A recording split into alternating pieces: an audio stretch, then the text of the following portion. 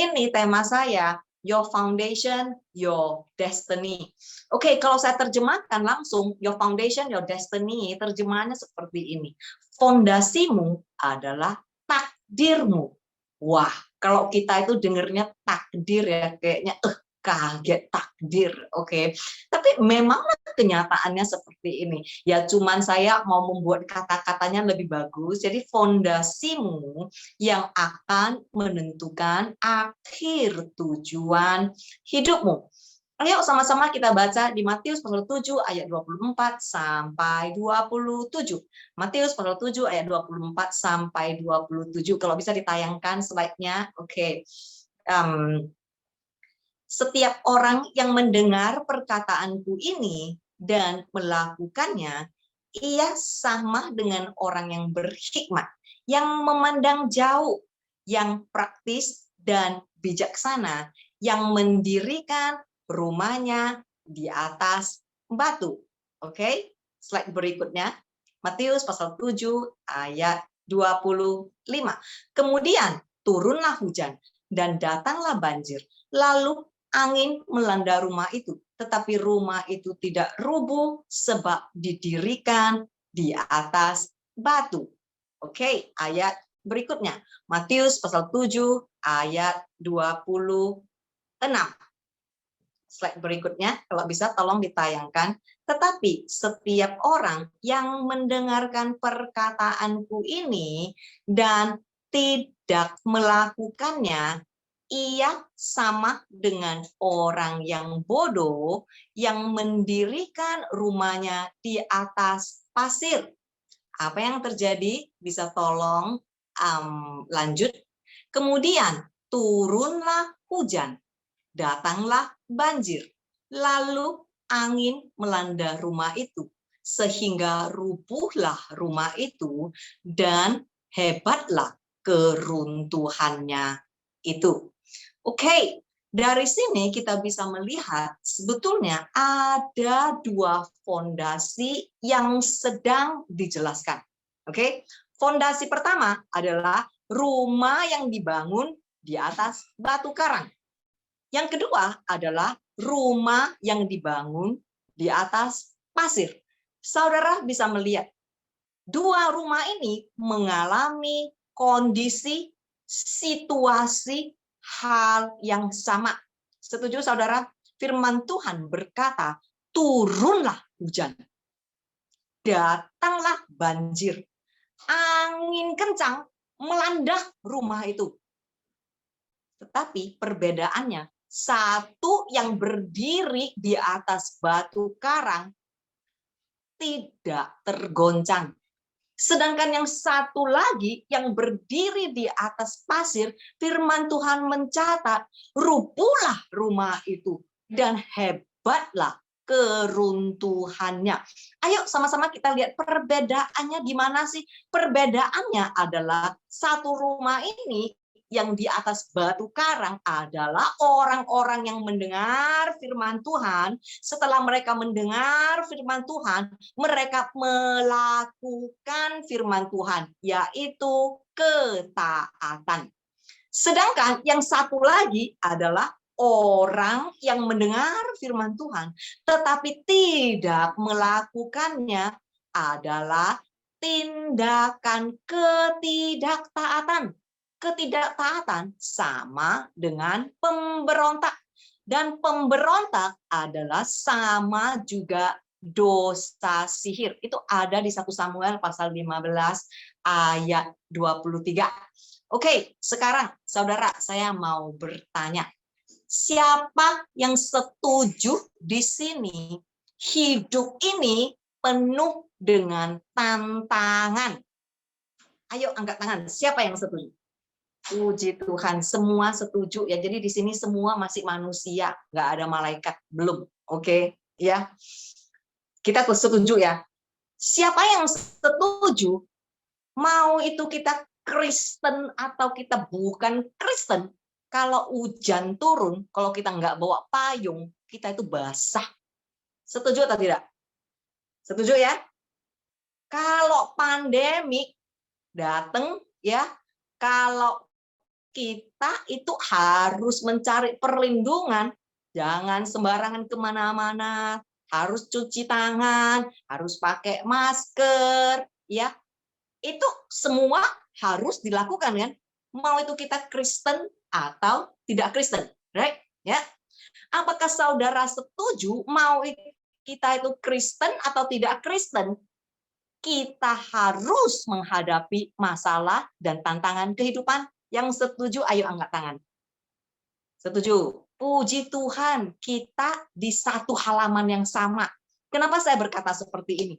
Karena saya nggak tahu ada orang yang aneh. Oke, kenapa saya berkata ada orang yang aneh? Mereka merasa, halo, aku kan udah Kristen. Kalau aku itu udah Kristen, artinya semua harus baik-baik saja buat aku. Artinya, kalau aku itu Kristen, pasti usahaku harus lancar.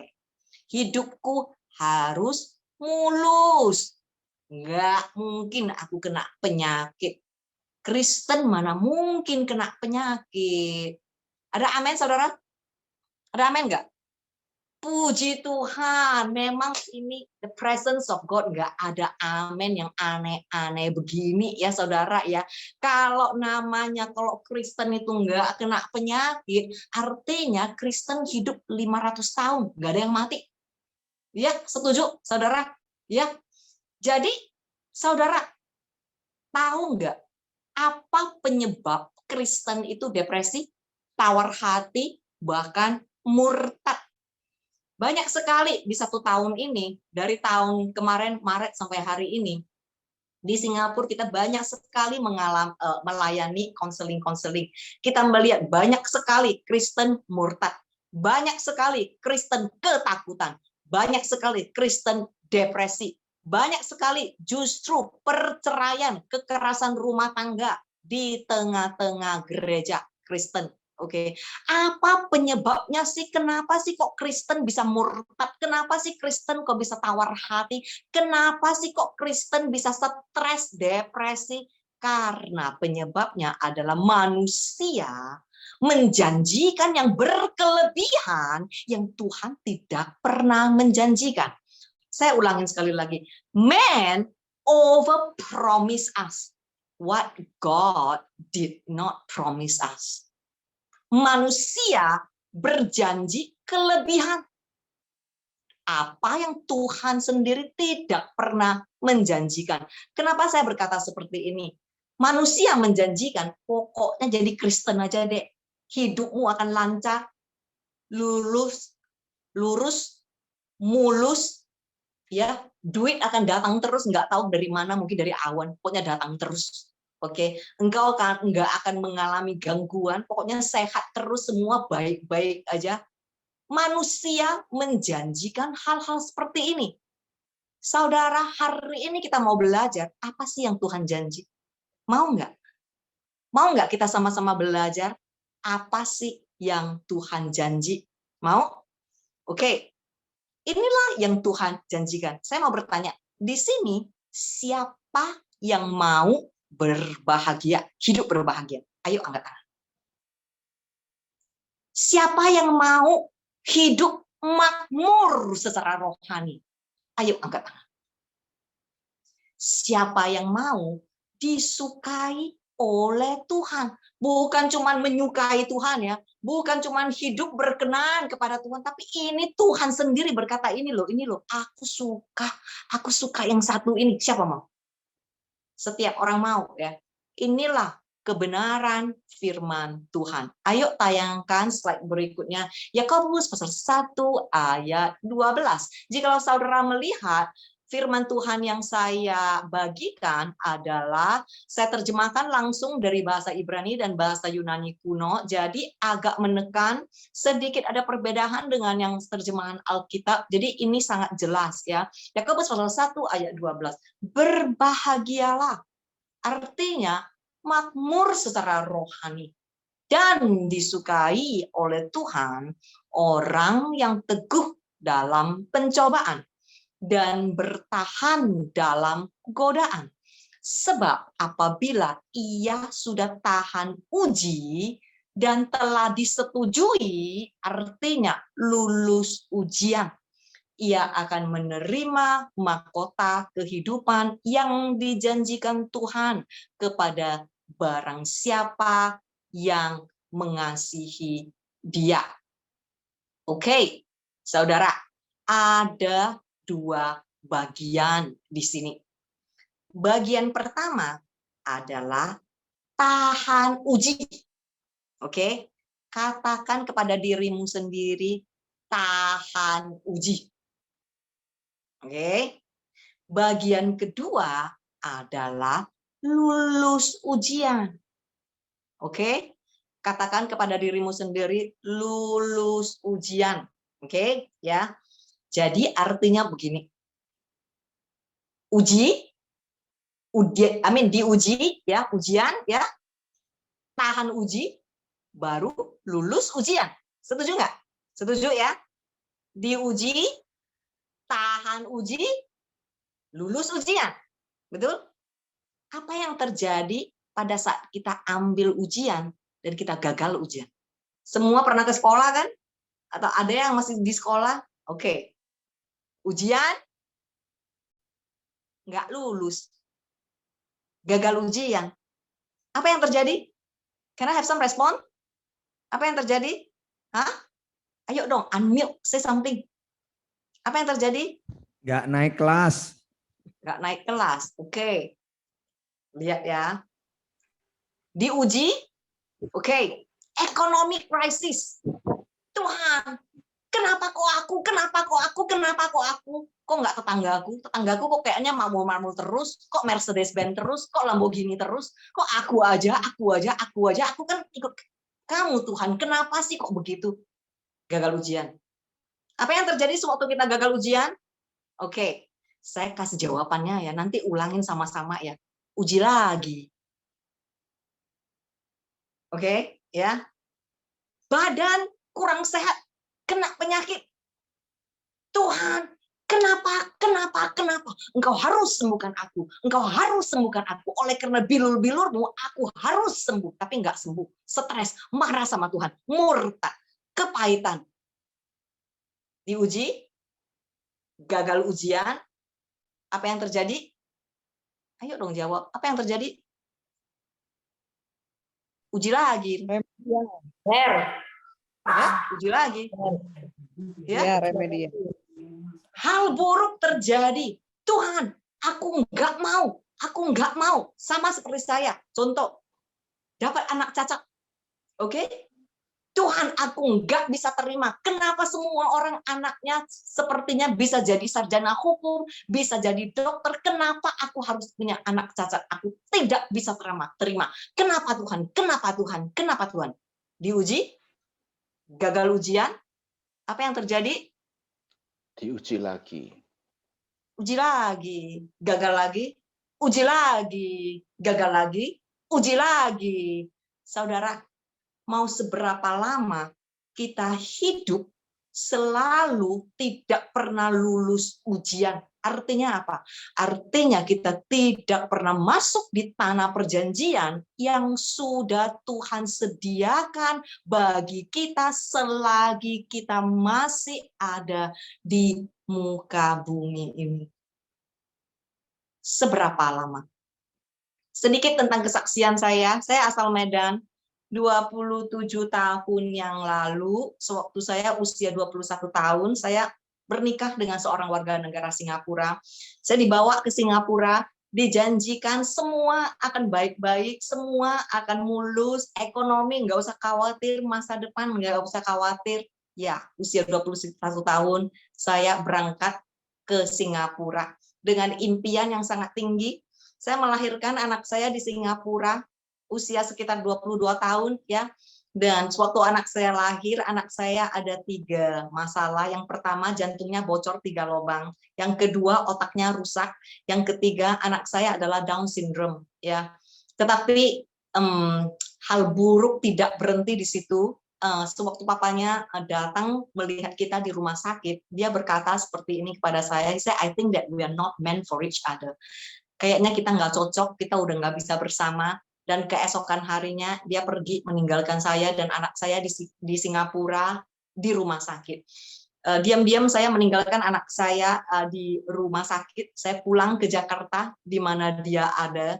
Begitu saya masuk di rumah saya melihat ada wanita lain yang tidur di ranjangku, memakai pembantuku, memakai supirku, dan hati ini hancur. Saya balik ke Singapura, semua harapan sudah hancur. Saya keluarkan anak saya dari rumah sakit dan saya mau bunuh diri 14 lantai, saya mau terjun. Di situ Tuhan Yesus menemukan aku. Dan hidup saya mulai berubah. 26 tahun yang lalu, profesi pertama saya, pekerjaan pertama saya di Singapura, saya itu adalah satpam. Saya mirip satpam nggak? Halo? Mirip nggak? Mungkin waktu itu mirip banget ya. Oke. Singkat cerita, dalam waktu 10 tahun, dari satpam, saya diangkat menjadi administrator. Dari administrator, saya disekolahkan oleh perusahaan. Terus saya diangkat lagi menjadi manager, menjadi senior manager, menjadi general manager, dan menjadi managing director. Dan saya juga diangkat lagi sebagai entrepreneur, ya. Dan setelah itu I give up everything and now I serve God. Saya jadi pendeta, oke? Ya, di tahun 2013 saya mendapatkan penghargaan di Singapura sebagai successful young entrepreneur, oke? Ya, pendiri usaha yang muda. Dan di tahun 2012 saya juga mendapat penghargaan sebagai Southeast Asia Woman of Excellence, oke? Nah, terus anak saya juga sembuh, jantungnya bang bocor 3 lubang, ya, tetapi dia masih tetap anak spesial, tapi dia udah bisa bekerja. Anak saya, puji Tuhan, hari ini udah 26 tahun. Jadi semua kemuliaan saya berikan kepada Tuhan. Nah, saudara, setiap kali saya kesaksian, setelah saya turun dari kesaksian dari panggung itu, pasti ada yang bertanya kepada saya, Pastor, boleh nggak doain aku? Tumpang tangan dong, biar imanmu bisa transfer ke aku. Biar ada urapan, sewaktu engkau tumpang tangan, biar urapan juga ditransfer ke aku. Biar imanmu yang begitu kuat juga ditransfer kepadaku. Saudara mau tahu jawaban saya apa enggak? Jawaban saya, halo, iman nggak bisa ditransfer, kirain duit ya.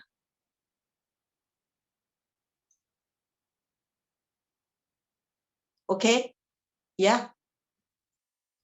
Saudara mau belajar? Hari ini khusus topiknya saya mau membahas bagaimana kita bisa mendapatkan iman yang sanggup memindahkan gunung-gunung kita. Ayo kita sama-sama bahas lebih dalam lagi. Firman Tuhan berkata, dari mana datangnya iman? Iman datang dari pendengaran dan pendengaran akan firman Tuhan. Setuju? Itu ada di Roma pasal 10 ayat 17. Ya, setuju ya? Jadi saudara, iman nggak bisa ditransfer ya, bukan duit ya. Oke, iman cuma bisa datang dari pendengaran dan pendengaran akan firman Tuhan. Ayo ingat dulu yang satu ini, nanti saya akan balik lagi. Oke, ya. Ayo mari sama-sama kita bahas lebih lagi bagaimana mendapatkan iman yang akan sanggup memindahkan gunung-gunungmu. Artinya gunung-gunung itu artinya setiap tantangan dan rintangan kehidupan. Oke, ayo tayangkan slide berikutnya. Yakobus pasal 2 ayat 21. Yakobus pasal 2 ayat 20 ayat 20 dulu nggak apa-apa. Ya. Hai manusia yang di atas lagi ada Yakobus pasal 2 ayat 17. Ya, oke. Yakobus pasal 2 ayat 17 kita tayangkan dulu ya. Demikian juga halnya dengan iman. Jika iman itu tidak disertai perbuatan-perbuatan ketaatan, maka iman itu pada hakikatnya tidak berfungsi adalah mati. Di versi Alkitab berhenti di perbuatan. Makanya banyak orang yang bingung, perbuatan apa? Apakah ini perbuatan baik? Apakah ini perbuatan bakti sosial? Contohnya seperti saya suka sekali melayani anak-anak miskin, janda-janda miskin. Oke, tetapi saudara, ini penerjemahan yang dari bahasa Ibrani dan bahasa Yunani kuno, perbuatan ketaatan. Nggak ada hubungannya dengan bakti sosial, nggak ada hubungannya dengan perbuatan pelayanan. Bahkan kita mau melayani seberapa kencengnya, seberapa rajinnya di gereja, nggak ada hubungannya. Di sini cuma dikatakan perbuatan ketaatan. Ayo slide berikutnya, next. Hai manusia yang bebal, yang kurang rohani, maukah engkau mengakui sekarang bahwa iman jikalau tanpa perbuatan adalah iman yang kosong? Nah, perbuatan semacam apa yang sedang dibahas di sini? Ayo kita baca lagi Yakobus pasal 2 ayat 21, kita akan cari tahu perbuatan apa ini. Yakobus pasal 2 ayat 21. Bukankah Abraham bapa kita dibenarkan karena perbuatannya? Perbuatan apa? Ketaatan yang terbukti ketika ia mempersembahkan Ishak anaknya di atas mezbah. Saudara, dengar baik-baik. Saudara semua tahu ya, ini adalah kisah Abraham. Oke? Ya. 3 hari dari tempat di mana Abraham dan Ishak tinggal, mereka berjalan menuju ke Gunung Moria. Oke? Ya, dalam perjalanan ini Ishak tanya kepada papanya. Oke, I'm going to change it to a modern language. Ya, Ishak tanya papanya, "Pa, di mana korban penyembelihan? Di mana?"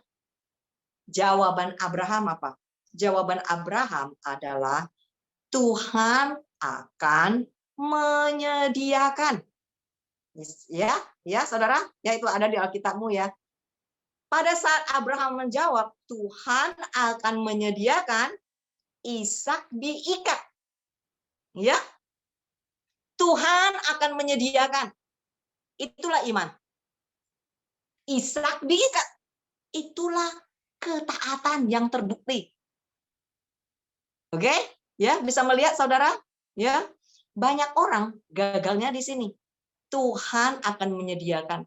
Terus mereka lipat tangan, goyang kaki. Tidak dilanjutkan dengan perbuatan dan tindakan ketaatan. Ikat Ishakmu. Siapakah Ishak? Ishak adalah seluruhnya buat Abraham. Ishak adalah mimpi Abraham. Ishak adalah seluruh keinginan Abraham. Ishak adalah seluruh dunia buat Abraham.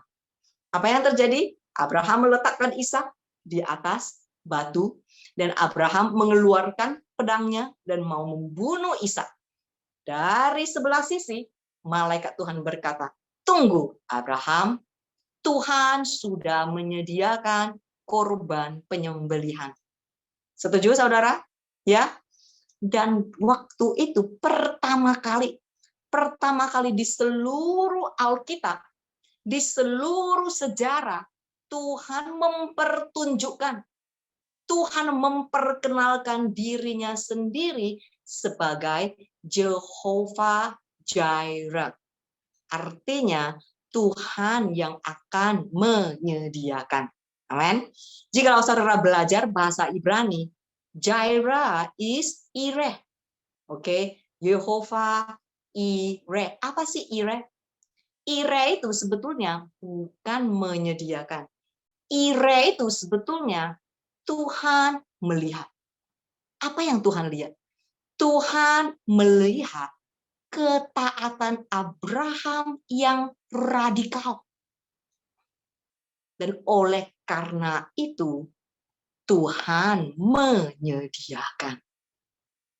That's how Jehovah Jireh name came about.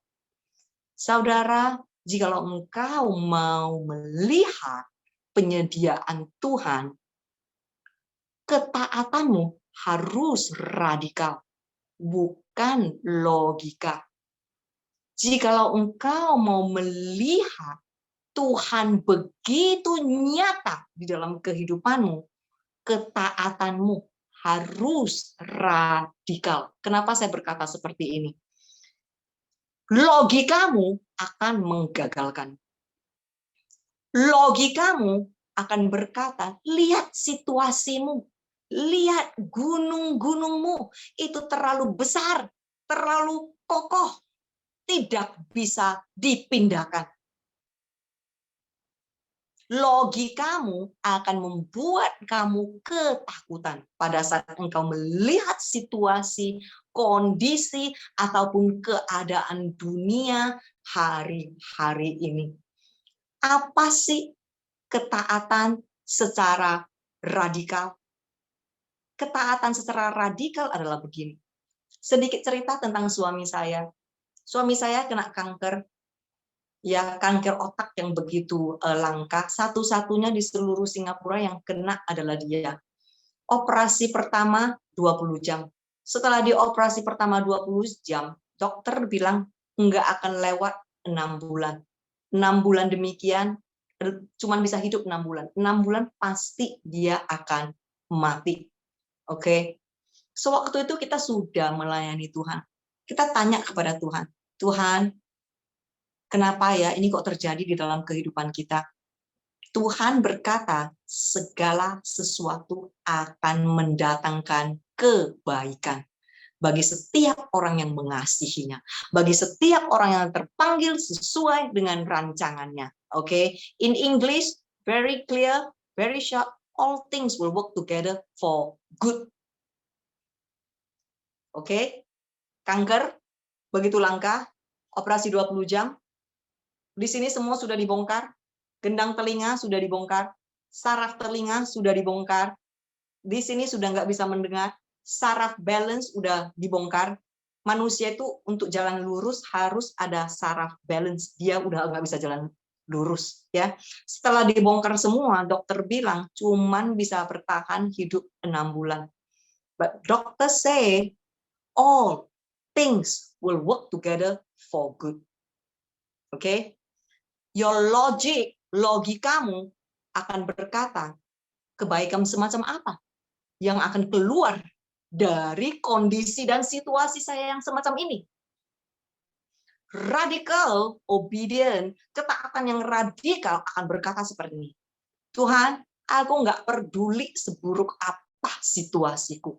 Aku nggak peduli seberapa kokoh, seberapa tinggi gunung-gunung yang ada di depanku. Jikalau engkau berkata, segala sesuatu akan mendatangkan kebaikan, aku memilih untuk percaya. Bisa melihat perbedaannya, saudara? Bisa melihat, ya, kita memilih untuk percaya. Tuhan berkata, pergi melayani saya, beri makan kepada janda-janda miskin, orang yatim piatu, kita pergi. Sederhana, kanker nggak sembuh. Sederhana, badan makin menurun. Darah keluar dari hidung. Sakit setengah mati. Berapa lama? Bukan sebulan, bukan setahun, 10 tahun. Tidak melihat kesembuhan. Tetapi kita tetap pegang erat. Kita sudah memilih dengan tegas.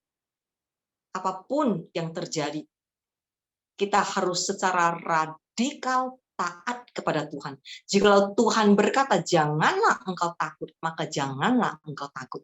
Jikalau Tuhan berkata, janganlah engkau khawatir, makanya janganlah engkau khawatir. Saudara tahu di Alkitab, saudara baca, jangan takut, jangan khawatir, itu di satu buku Alkitab ada 365 kali diulang-ulang. 365 kali Tuhan berkata kepada umatnya, jangan takut, jangan khawatir, jangan takut, jangan khawatir. Saudara berkata saudara punya iman, jika saudara punya iman, artinya saudara tidak lagi hidup takut. Artinya saudara tidak lagi hidup khawatir. Tetapi jika saudara masih hidup takut, jika saudara masih hidup khawatir, artinya saudara belum punya iman. Sederhana saudara, sebab iman dan rasa takut tidak bisa jalan selaras. Your faith and your fear cannot coexist. Gak bisa terjadi. Mengerti saudara? Mengerti ya? Apa yang terjadi? 10 tahun kemudian kankernya sudah melebar seperti 2 telur, satu di dalam otak, satu di luar otak. Dioperasi sekali lagi, hampir mati, keluar nggak bisa napas, nggak bisa melihat, hampir mati. Tuhan datang menyentuh dia di sini, menghembus napas baru di lubang hidungnya, dan dia bisa bernapas, dia tarik napas. Jumat dioperasi, Sabtu Tuhan Yesus datang, Minggu dokter datang, Senin keluar dari rumah sakit, dan hari ini suamiku sembuh. Semua kemuliaan saya berikan kepada Tuhan. Amin. Saudara mau belajar bagaimana imanmu supaya mencapai tingkat tertinggi dan efek tersempurna sesuai dengan firman Tuhan. Ayo sama-sama kita lihat di Yakobus pasal 2 ayat 22. Ayo Yakobus pasal 2 ayat 22. Kamu lihat bahwa iman bekerja sama dengan perbuatan-perbuatan ketaatan. Dan oleh perbuatan-perbuatan ketaatan itu, imanmu mencapai tingkat tertinggi dan efek tersempurna. Lihat saudara, imanmu bekerja sama dengan ketaatanmu, dan imanmu akan mencapai tingkat tertinggi dan efek tersempurna.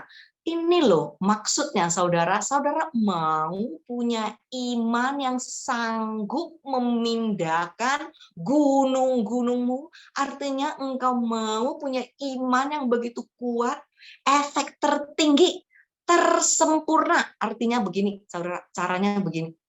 Sewaktu engkau mendengar firman Tuhan, engkau melakukannya sesuai dengan firman Tuhan.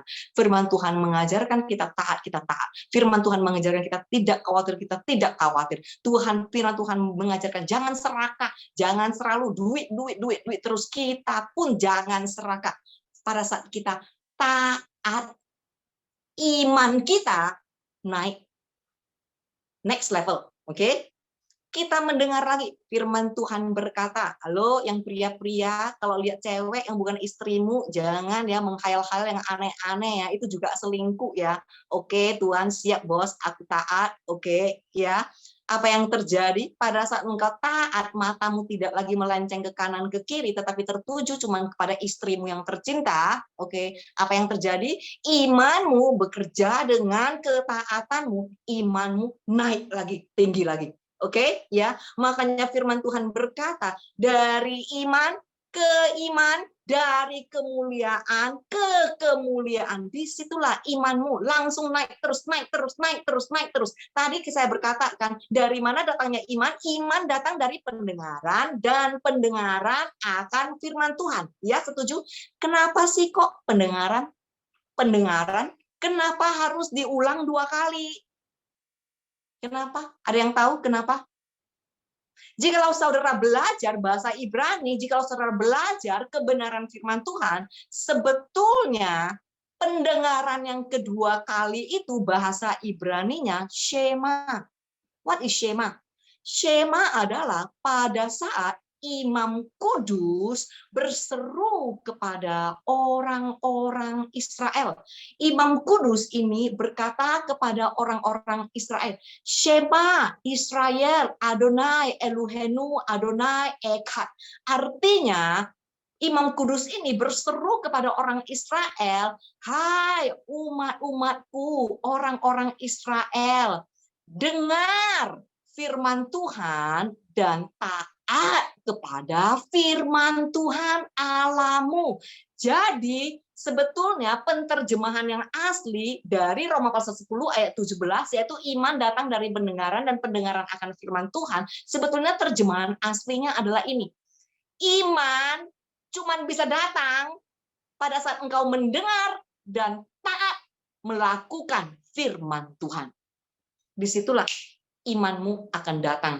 Dan iman ini adalah iman yang sanggup memindahkan gunung-gunungmu. Makanya firman Tuhan berkata, jikalau engkau punya iman seukuran biji sesawi, engkau sanggup memindahkan gunung-gunungmu. Masalahnya di mana? Orang nggak ngerti apa sih itu iman. Sampai disuruh transferan kayak duit. Masalahnya di mana? Orang nggak ngerti. Kirain iman itu cuma pokoknya percaya aja deh. Percaya apa dulu, saudara? Percaya aja lah pokoknya. Pokoknya percaya aja lah. Percaya apa dulu?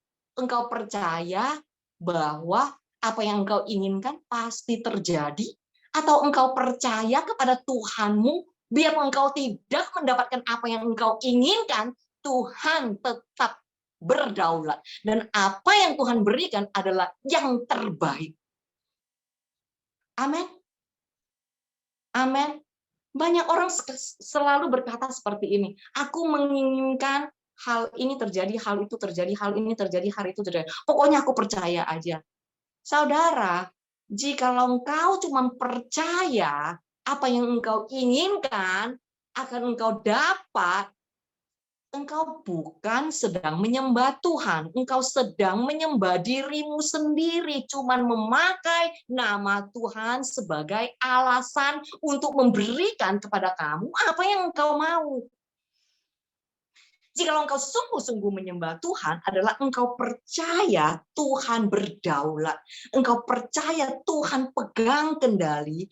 And it is okay for you not to have what you want and yet to be happy with it. Artinya, biarpun kadang kita tidak akan mendapatkan hal-hal yang sesuai dengan keinginan kita, tetapi kita masih tetap bisa bersukacita. Siapa orang tua mana yang tidak mau mendapatkan anak yang cemerlang? Orang tua mana yang mau mendapatkan anak yang cacat? Tetapi aku datang di hadapan Tuhan dan berkata, Tuhan, jikalau itu adalah bagianku, dan porsiku yang harus aku terima, aku akan taat secara radikal. Aku akan menerima anakku apa adanya, dan aku akan menerima dia sesuai dengan rancanganmu, sesuai dengan jalanmu, bukan sesuai dengan keadaanku, kemauanku. Apa yang terjadi, saudara? Puji Tuhan.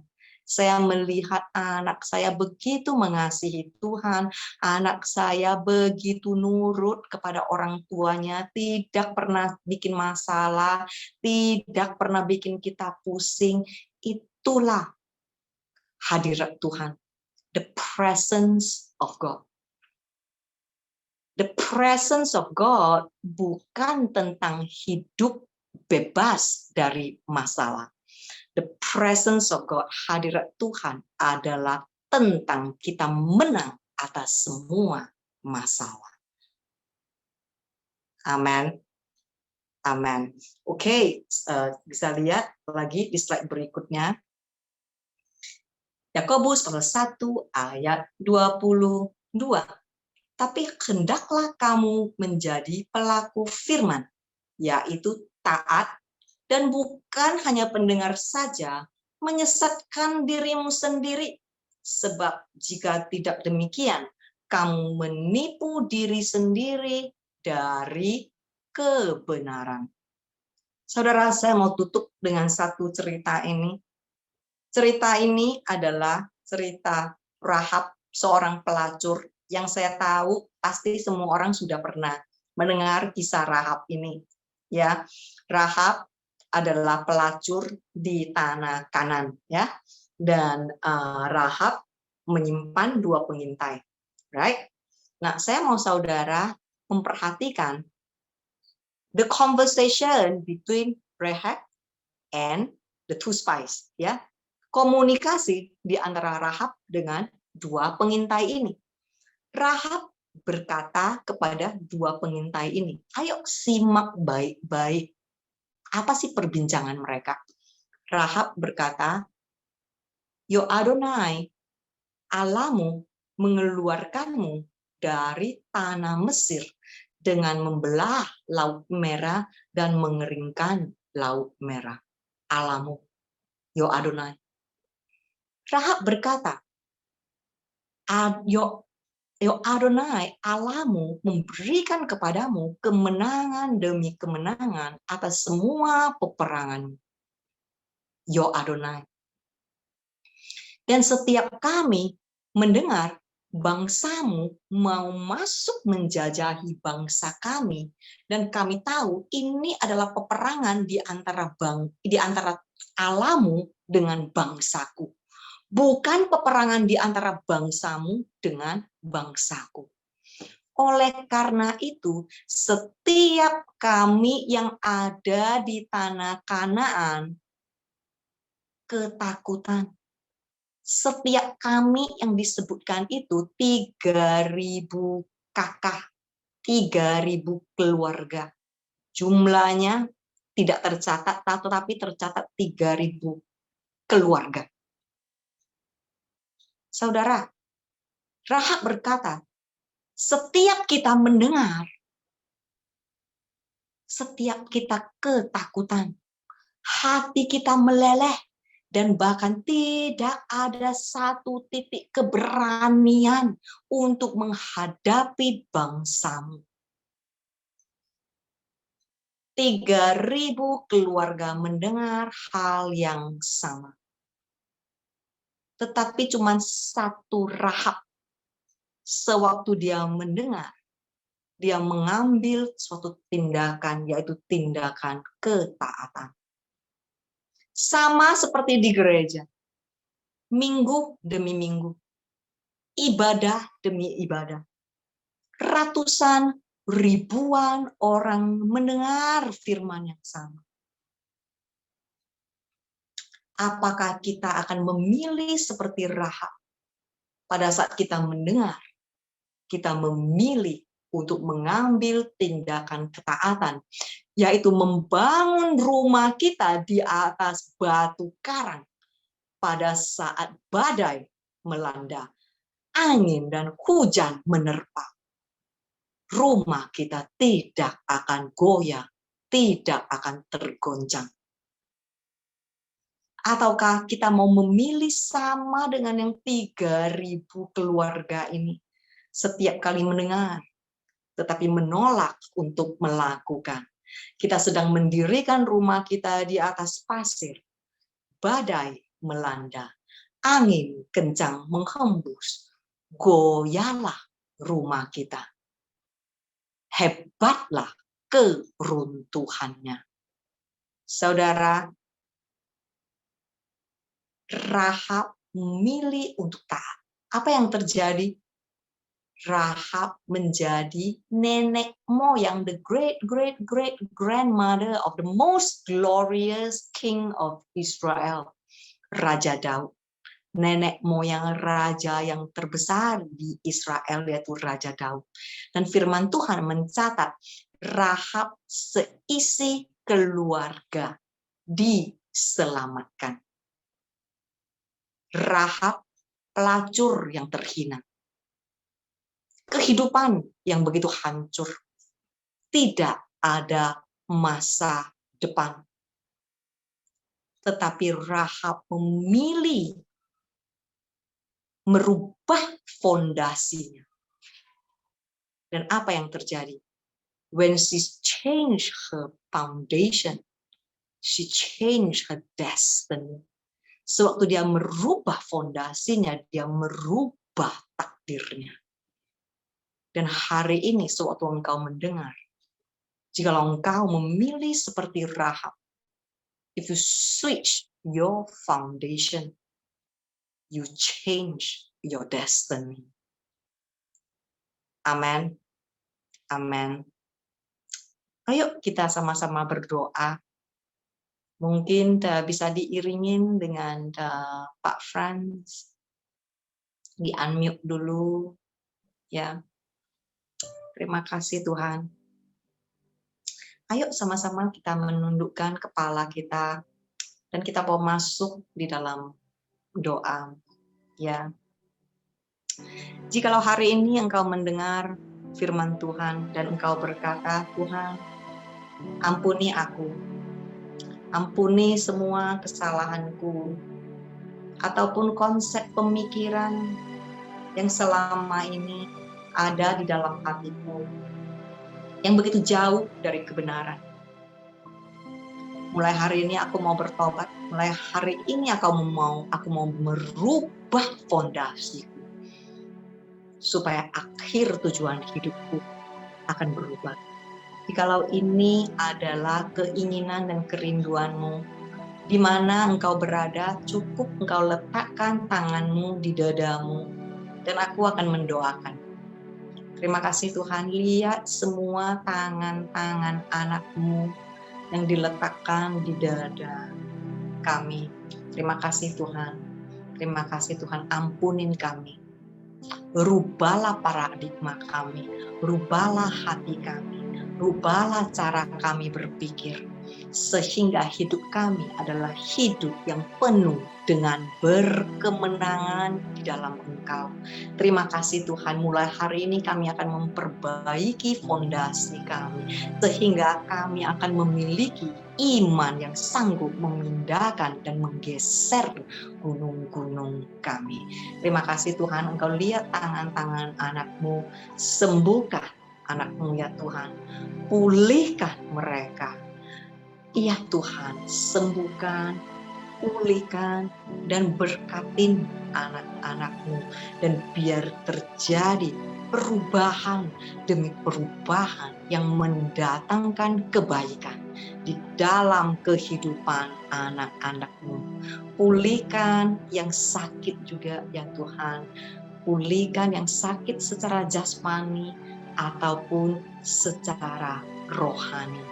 Sembuhkan anak-anakmu. Berilah kami pewahyuan yang baru. Buat kami kuat cuman di dalam Engkau. Dan di dalam namamu yang begitu luar biasa dan dahsyat, sama-sama yang menerima dengan iman kami katakan, Amen.